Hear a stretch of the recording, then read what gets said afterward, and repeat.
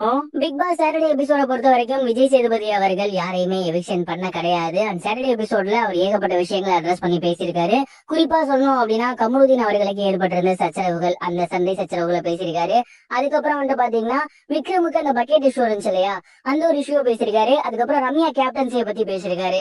இந்த மாதிரியான விஷயங்கள் தான் சனிக்கிழமை போயிருக்கு. யாரையும் எவிக்லாம் பண்ண கிடையாது.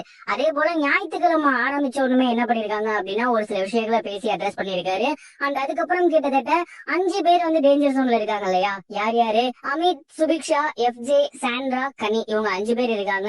அண்ட் இவங்க 5 பேருமே பாத்தீங்கன்னா தனியா உட்கார சொல்லியிருக்காரு. இவங்க 5 பேர்ல யார் யார் போவாங்க அப்படிங்கிற மாதிரி வந்து கண்டஸ்டன்ஸ் எல்லாத்திலையுமே கேட்டிருக்காரு. ஒவ்வொருத்தர் பாத்தீங்கன்னா எஃப்ஜே சொல்லியிருக்காங்க, ஒவ்வொருத்தர் சுபிக்ஷா சொல்லியிருக்காங்க, ஒரு சிலர் வந்து அமித சொல்லியிருக்காங்க. அண்ட் இந்த விஷயங்கள் மட்டும் தான் இப்போ வரைக்குமே வெளியாகி இருக்கு. இதுக்கப்புறம் யார் எலிமினேட் ஆனாங்க அப்படிங்கறத இப்போ வரைக்கும் யாருமே சொல்லல. இன்னும் லேட் ஆகும் அப்படிங்கிற மாதிரி தெரிய வந்திருக்கு.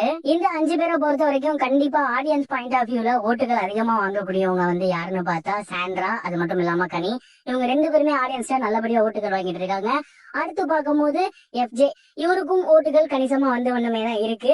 ரொம்ப ஓட்டு கம்மியா இருக்குது ஆடியன்ஸ் பாயிண்ட் ஆஃப் வியூல அப்படின்னு பார்க்கும்போது சுபிக்ஷாவும் அமித்தும், இவங்க 2 பேருக்கும் தான் ஓட்டுகள் அப்படிங்கிறது ரொம்ப ரொம்ப கம்மியா இருக்கு.